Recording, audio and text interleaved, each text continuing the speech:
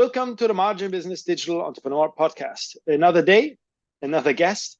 And today we got Simone Vincenzi. Simone is a sales and conversion expert. He has been growing service businesses with the power of community.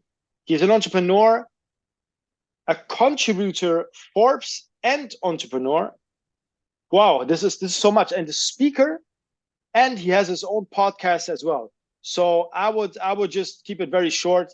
Say serial entrepreneur, podcast host, learning every day from people, is out there doing what he needs, what he's doing best. And welcome, Simone, to the show. And I hope we have a great conversation today together. Please I'm looking forward to it. Thank you, Omar. Thank you for having me. Let us know a little bit more about you, about yourself, where you at the moment, and you know everything what has been in between and now for the past years. Yeah, absolutely. I mean, a couple of things about me. One, I love, in particular on the business side, I'm a fanatic about sales and conversion. So that's what I'm great at: sales and conversion and community building. In particular, sales and conversion through webinars, and then community building to bring together people. In fact, my first company, which was GTeX, which we started 10 years ago, it started as an event company, bringing people together. And we had more than 1,200 paying members that we built over the year and build relationship with. And the reason why I love in particular community and conversion together is because then you really get to build a relationship with people. You get to know people and they become a client for life. Not all of them, of course, but a lot of them decide then to be part of what you have to offer, because you offer something bigger than themselves. And so that's what I love. So community and conversion, really big for me. The second thing, I love to travel. I think we are in August at the moment of this recording. I've already traveled to 16 countries this year. So wow, 16 countries, more than me even, absolutely. You know? Love to travel. And then I'm a fanatic about basketball. So I play basketball at least 3 times a week. I used to play in the professional, in the third division in the National League in the UK.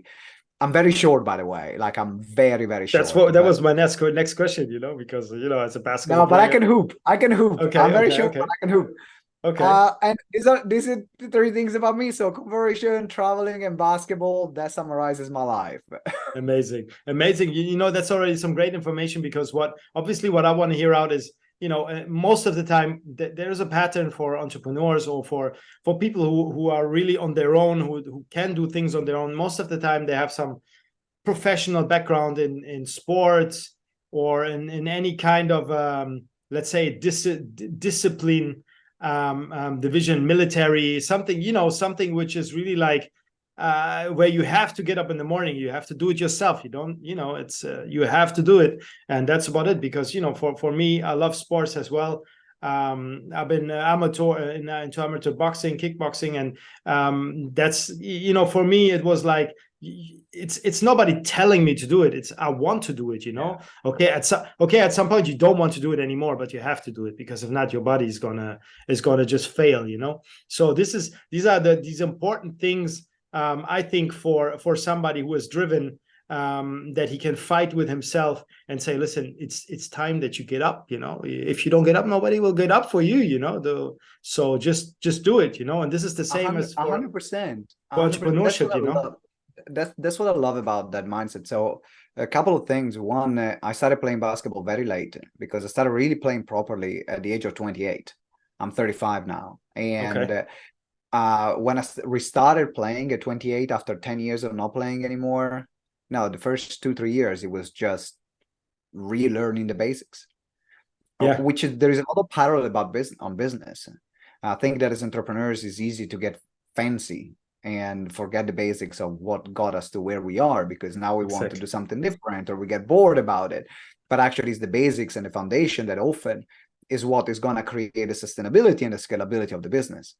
And then the second thing about this experience that I had with basketball is about, like, I'm in the weird spot where I'm like the best of the amateurs, one of the best of the amateurs, and one of the worst of the professionals. right? So even if I was playing in a professional league, I wasn't getting much playing time. I was basically like, I was getting was just called in basketball garbage time. So either you're winning by 30 or losing by 30. Coach was like, Simone, get your shot up. And but I stuck with it because I could see the improvements that I was making, and also I was passionate about it. I just loved being in the environment. And I think that Sure. the parallel in this with the business is that some people fall in love with the end result. They want the end result more than they want the game. While I think the real jackpot for entrepreneurs is when you really love the process of what you're doing, when you love the process of building your business, of growing your business, because the results are just going to come. But if you're in love with the results and you don't like the process, it's going to be a very hard journey. I completely agree, and on top of that, when you're in a team, for example, of basketball players, then everyone is driven. You have these people around you which have that energy, which want something. And this is the same as an entrepreneur. That's why most of the people are, having people around them who wants to do something. Because nobody want to hang with somebody who is just all day long lethargic and, oh, I don't want to do anything. No, it's like everyone wants to be with people who are driven and who can push them further. As I'm always telling my son or my family, when you're the smartest in the room, it's you're in the wrong room. It's, for me, it's like, no, it's not good. I need to be challenged. Every day needs to be a challenge, and that's the most important thing, I think, for entrepreneurs or in life in general. It's not only entrepreneurs, because a few hundred years ago we were all entrepreneurs. It's just this industrial age which put us back into some kind of a, how can I call it, and kind of a mental prison, I call it. But yeah, if we go too deep into this, then we cannot go further into the other direction. So yeah, your business, I mean, when you're saying you're now 35, so 28, 29, 30, how did you go where you are today? I mean, you're a speaker. I think if I remembered correctly, you have been on TEDx Talks. So how get you all this motivation, and how do you get to be a TEDx speaker, and how is it actually to speak there? What was interesting is that, so I started my first business, which is not GTeX. My first business I started at 23, and I was doing motivational talks in schools as a youth coach. That's how I started. Through external association. So I was partnered with other association. As an associate, I was going in school delivering their programs. And I had about 5 or 6 organizations after a year that I was going to deliver things around. And I got to build it to about 150 schools a year within a 12 months period. And in the meanwhile, at 25, then I started my event company, GTeX, which started as an event company. So we were bringing other speakers in, and the first event, we had found a room in a farm that they gave us for free for 7 events. There is literally a farm in London called the Hackney City Farm. It's a farm in the middle of the city. And they had the room, and managed to negotiate it for 7 events for free in the evening. It was not used. It was a room made with straw bale. It's called with straw bale room. And we decided to start our first event. We liked it. We ran the second, we ran the third, we ran the fourth with a friend of mine. And then at some point we said, actually, let's really put our focus on this. And we were running between we did 1,000 events in 5 years. Wow. We were running about 200 That's events a year. Yeah, we were running generally between 2 to 3 events every week on a smaller scale. Okay. So sometimes like 10 to 50 people. It was the volume. It don't matter. It was the volume that we did. And that's how we put our name on the map. And so I actually did my TEDx talk when I was 26, because I was already speaking so much between the speaking that I was doing in schools and the events that we were running, that it really put me on the map. And then in the same year, we did an event with Les Brown with 1,000 people in London. Really? And I was the main host of that event, and that really shoot my career up. And then the following year, we did another event with about 500 people with Gary Vee in London, and that was another big milestone. And that's what really put me and GTeX on the map.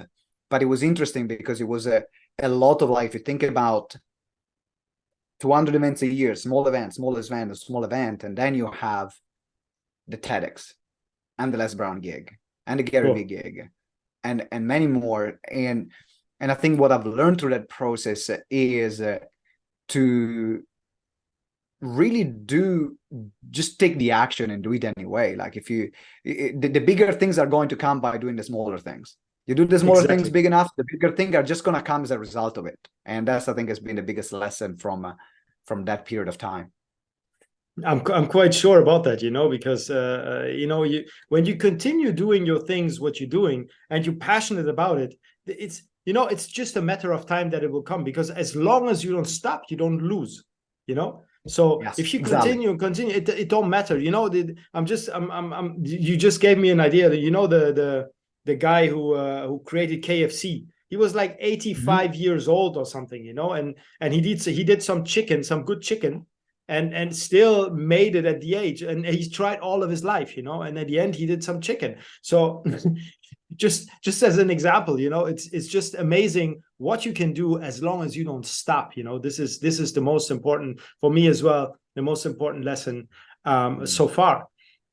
So I mean, where did you get all this enthusiasm from, and where did you understand that actually, hey, listen, I can speak, I can do something with this? And do you still, do you practice your speaking skills?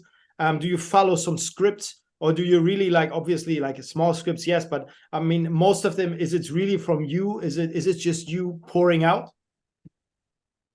I think it went through different stages. First of all, where do I get my passion and energy from? I found, so speaking for me was always been very natural. I was the kind of kid that will never shut up. And when I was at school, everything that teachers kept saying, my parents kept saying, was, Simone, shut up. And now I go back to them and I say, but now people pay me to speak. So I'm not going to shut up. And so is already my character. I love being in the center of the attention. I love being on stage. I feel very comfortable in that element. Okay. It wasn't like this from the beginning, but it didn't take a long time to build that. Like, after I went over the fear, it was just that I was attracted by it. I wasn't fearful. I was attracted. There were nerves, a lot of nerves at the beginning, of course, for the first few years. But even now, if I have a big gig, I still get the nerves. They're never going away. Sure. It's just it change context. If I'm doing an event with 50 people, now I don't get the nerves. But if I have something really important, something that means a lot, of course I get them. And at the beginning, I used to practice a lot. All my talks and all my speeches. I had a great speaker trainer, and I was lucky to find him when I was 25. And I think the main message I've learned from him is there are a lot of people that they think they're speakers because they can hold a microphone.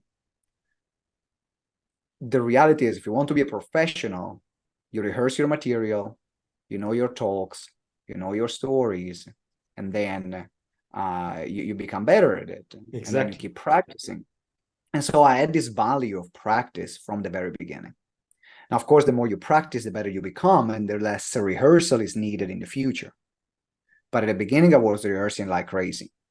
I remember I used to do some speaking competitions, and this story is still raw. It's still raw. So I did this speaking competition with my girlfriend at the time, which ended up being my wife, which we met at speaker training. So we entered the speaking competition together.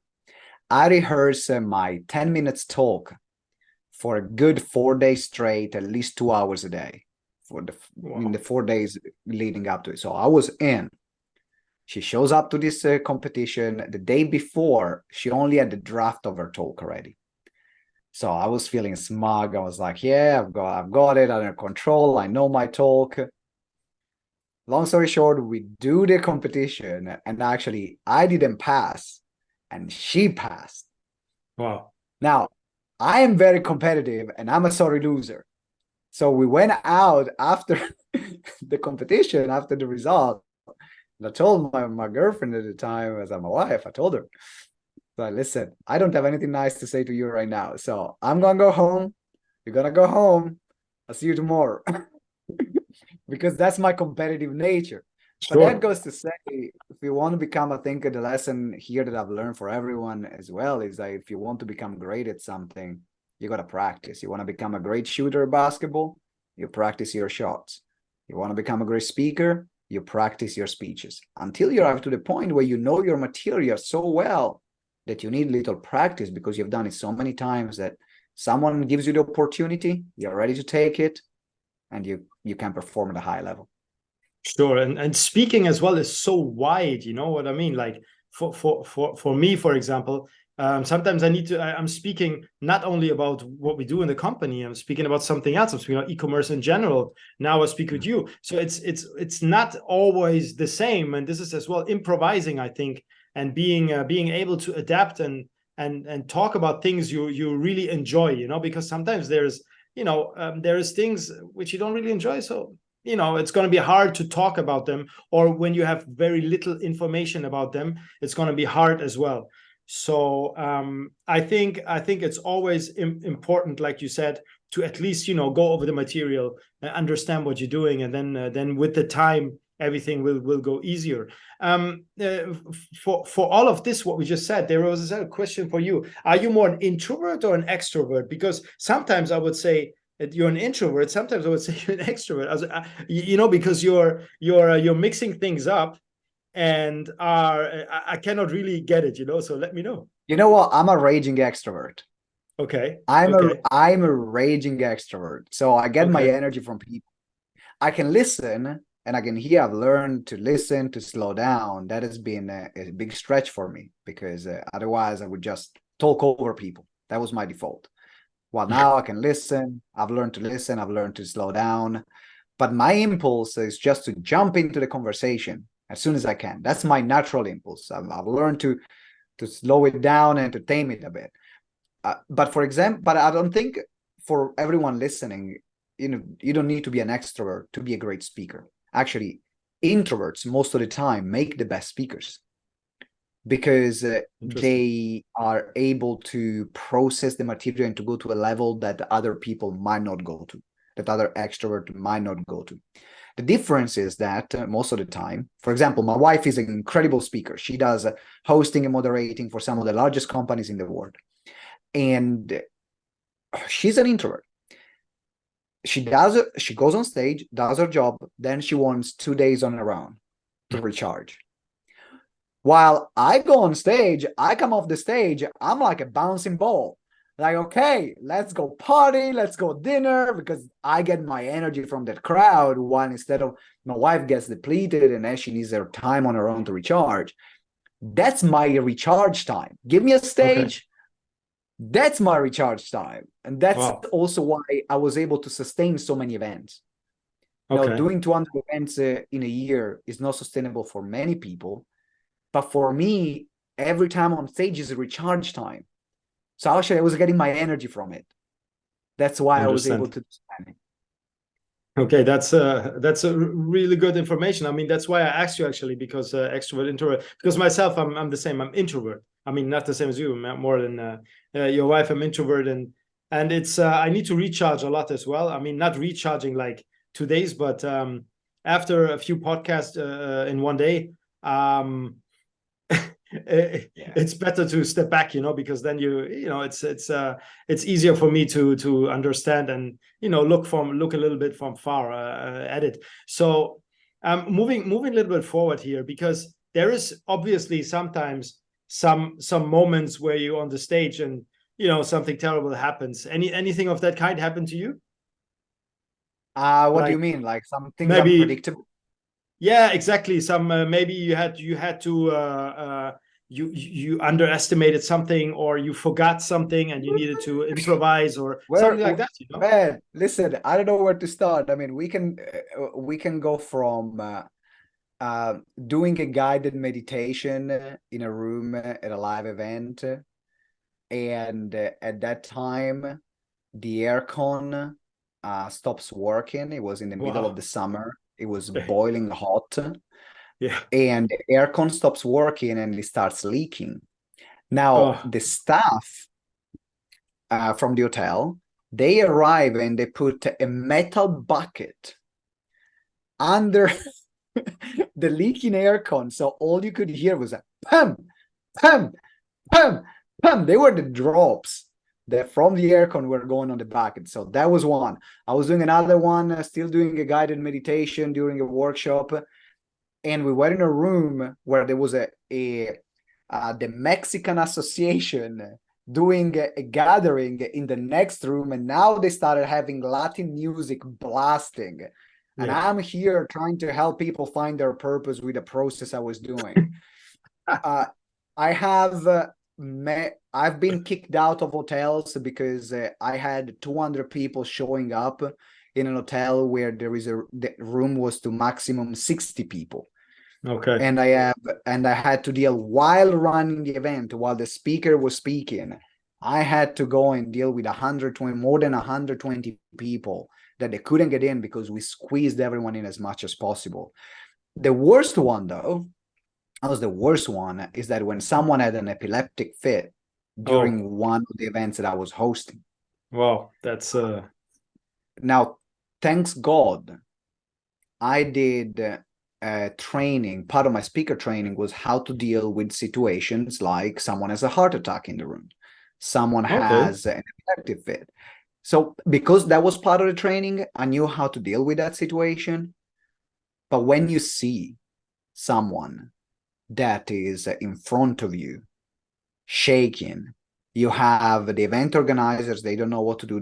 Everyone is looking at you for you to come up with a decision in a split second, where you have to direct 500 people out of an auditorium, get the closest medic that is in, get them to give them the first support, get someone else to call the ambulance, and make up something to reschedule, to then still, because you're still running the event at the same time.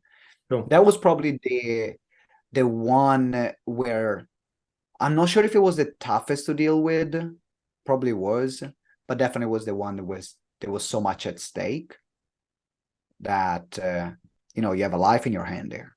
Sure. And that's a responsibility. And I think that for everyone that is going into the speaking field, those things first of all are incredibly rare. So don't get put off by this story. There will still be things that will not work. Your clicker will not work, the slides will not work. These are things that happen all the time, but those kind of things are very rare. And at the same time, if they happen, it's good to get some great speaker training that can help you deal with this kind of situation, asking yourself, what would I do if this happens? Because if you are prepared, you can handle it. Or you can handle it in the best way, of course, that you can, but you're not completely terrified by the situation. Yeah, I think anyway, everyone should have some basic training for stuff like that, because it can always happen in front of you, and then you're there's a big responsibility as well attached to it, but at least how to put a person on the side to help them not to suffocate or anything like that in order to before the medical team arrives or something like that. I think it's something which should be taught to anyone. I mean, we did it, but it's been so long, I have no clue anymore. So I would be pretty clueless when this happens, so not even touching anything. But really, that's as well something. I think when you're on stage and something like that happen, you improvise. I think this is part of a speaker who can improvise and who actually when he's on stage who can help not only like physically, who can help as well with his speech and all this around. So I think it's definitely something very positive in that case, which is not, obviously it was a challenge. There is a lot of speakers out there, you named a few, Les Brown, Gary Vee. We have, there's plenty out there, So there are some doing a really good job, others doing maybe a less good job. Maybe some like these speakers, other like these speakers. But for you personally, what are your favorite bands, your favorite speakers? Who's doing it right? Let's say it this way. Oh man, I can say from a female point of view, I'm in love with Brené Brown. In the bigger name in the speaking field, in the speaking circuit, she talks a lot about resilience, about compassion, about love, and from a scientific point of view, but she's able in a unique way to mix science and personal stories and personal experiences. I think that the way she delivers and the way she crafts her material is definitely to study. Brené Brown, she's incredible. If we're going in a bigger name, you know, always doing it right, there is always something to learn from Les Brown. There are all the Browns here, Brené Brown, Les Brown. There is also to learn from Tony Robbins. I mean, he's a master at that in terms of communication. So these are the people that I follow the most from a speaking technique point of view. Okay. There is one of the most famous, I don't remember the surname, but if you go on YouTube and you type Ken Education, there is one of the biggest TED Talks that have ever been delivered by this gentleman called Ken. I just don't remember the surname right now. It will come back to me. And that TED Talk is one of the best TED Talks that have ever been delivered. So this is another person that I look in terms of delivery. Okay. I think this is already really good. So we, anyone who sees this, just look them up. I'm sure this is definitely some good. I mean, I know Les Brown, one of them, and one of the Ken Robinson. Ken Robinson. I was looking Ken for it. Robinson. Ken Robinson. Robinson. That's okay, it. got him. Yeah, got him. Great. I will listen to him. I never heard of him actually, but I will definitely give it a try. Very good.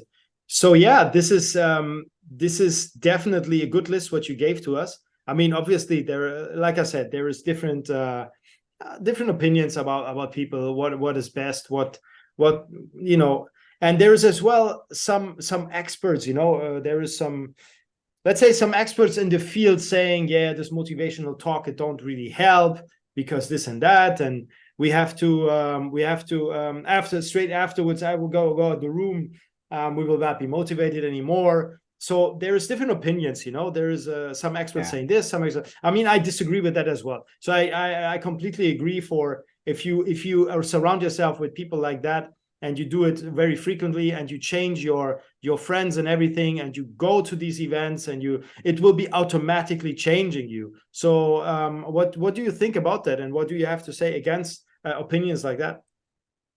I believe that they both play a part, because think about it. If you just learn strategies, but you're not motivated, you're not going to execute the strategy. Sure. But if you have only motivation without any strategy, then you're just going to be a motivated fool without really implementing anything. And I think that depending on where you are in your life, one message will resonate more than another. For example, I remember at the beginning, I needed the motivation. I needed someone to give me a sense of a better future, a sense of possibility, because that's how my mind opened up. If my mind didn't open up, and I didn't have that message, that encouraging message of you can do it, you can change your life, you can transform things, and having that belief, I would have not even sought for a better opportunity. So motivation actually is what the motivational message was necessary to unlock everything that I did. And then you arrive at a point when you say, okay, I've got enough motivation. Now let me learn how to channel and where to channel this motivation that I have.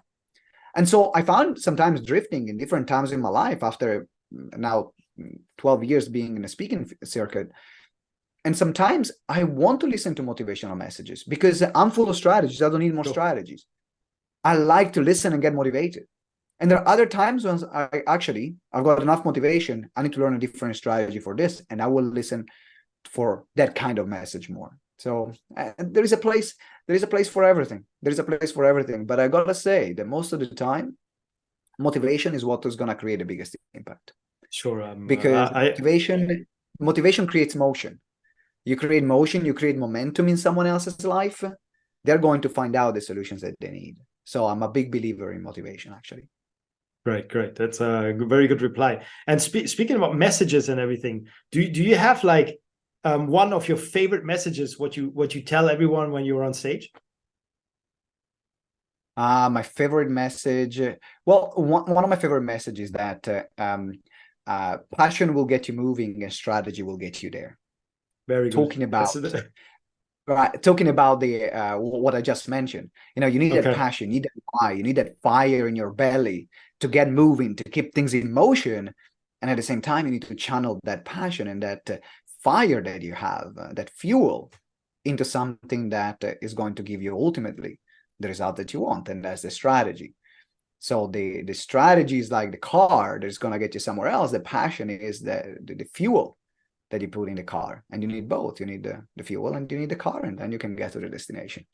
Great. I completely agree, and it's really straightforward. And I will take this sentence as well and put it afterwards on our social media platforms under you, as you're the creator of the quote. Really, really great. Thank you so much for that. So where can anyone get in contact with you who is interested, like who wants to learn to speak, who wants to, get motivated in life even more, or anything what you can offer to them? How can they get in contact with you? Yeah, the best way is to go on our website, which is GTeX, GTeX.org.uk. We will put it as well under. Yeah, gtex.org.uk. As you can find a lot of resources. Now, in particular, after COVID, we moved into delivering online presentations. Okay. So I've got incredible training on how to use webinars to get clients and how to use online presentation to get clients. You can use the very similar template, the same template, also to deliver live speeches. So in particular, this will work for you if you want to use presentations to get clients, and you can find a lot of resources at gtex.org.uk, and also there you can find our podcast as well. Amazing. So TEDx Talk I will put as well in the description, because obviously this is something big, and I'm very happy for you that this happened, and you could speak there. As although it must be very challenging, to keep everything together, because it's obviously it's very tough. It was probably one of the hardest gigs of my life. Oh, and I can imagine. Yeah, it was, but it is interesting because it's not like I was used at the time to deliver talks for a day or to do a full day training. There is only 20 minutes, but it's the meaning exactly. It's put that is going to go out and get thousands or hopefully hundreds of thousands of views. Mine got thousands, but it's just the meaning of I'm on TEDx, and that made me freak out, but I did it. Sure, it's amazing. One of my goals is as well to have a talk like that, and I'm working on that and towards it. Let's see what's going to happen, And sure, Simone, I would love to speak to continue our talk maybe at another time. But for now, we're gonna close this up. I'm really happy to have the talk with you, and to understand more about your company, to understand more about what you're doing, and to understand obviously more about the speaking and all these little things what everyone can learn of. Thank you so much. It's my pleasure. Thank you.